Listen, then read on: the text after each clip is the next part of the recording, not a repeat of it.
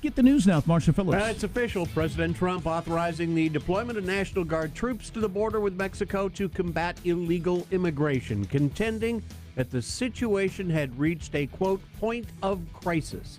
Now, there's been a recent uptick in illegal border crossings over the last month or so after they initially plunged during the early months of Trump's presidency.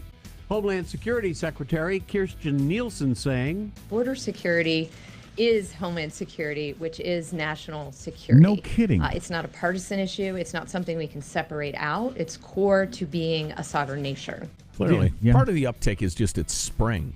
But well, part of the uptick, I think, is when Trump got elected, people thought, oh, no, they're serious now. Right. Then they realized following the news, oh, no, it's the same as it always was. Right. You can get into the country, just live there, go to school, use the hospital, turn whatever. yourself in, and they give you a piece of paper that says, come to court. I was a little worried it was going to be different there for a while, but no, Right. it's just the same. Also, now I heard this on NPR, which means it's almost certainly got to be true because it bolstered Trump's argument. There's no way NPR would say this unless, it just they had to. Unless they had to concede it. Yeah. Right? Yeah. They're getting much bolder, the people who are crossing the border, than they've been in recent years. In terms of numbers of people at a time, who comes across, that sort of thing. Right. Interesting. I hadn't heard that anywhere else but NPR. Yeah. Which is, that is interesting. So I don't know.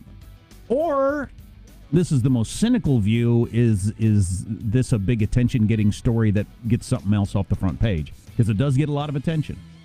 Ever since he announced this, it's been one of, if the not top news story for the last 3 days. I think it's just wildly overblown because the mainstream media knows how hot a story it is and how they can whip up ethnic angst and the rest of it. It's one of those stories that has potential to go to full flames, so they go to it a lot. This National Guard to the border move, those people are going to have binoculars in hand and do administrative stuff and that sort of thing. It's just.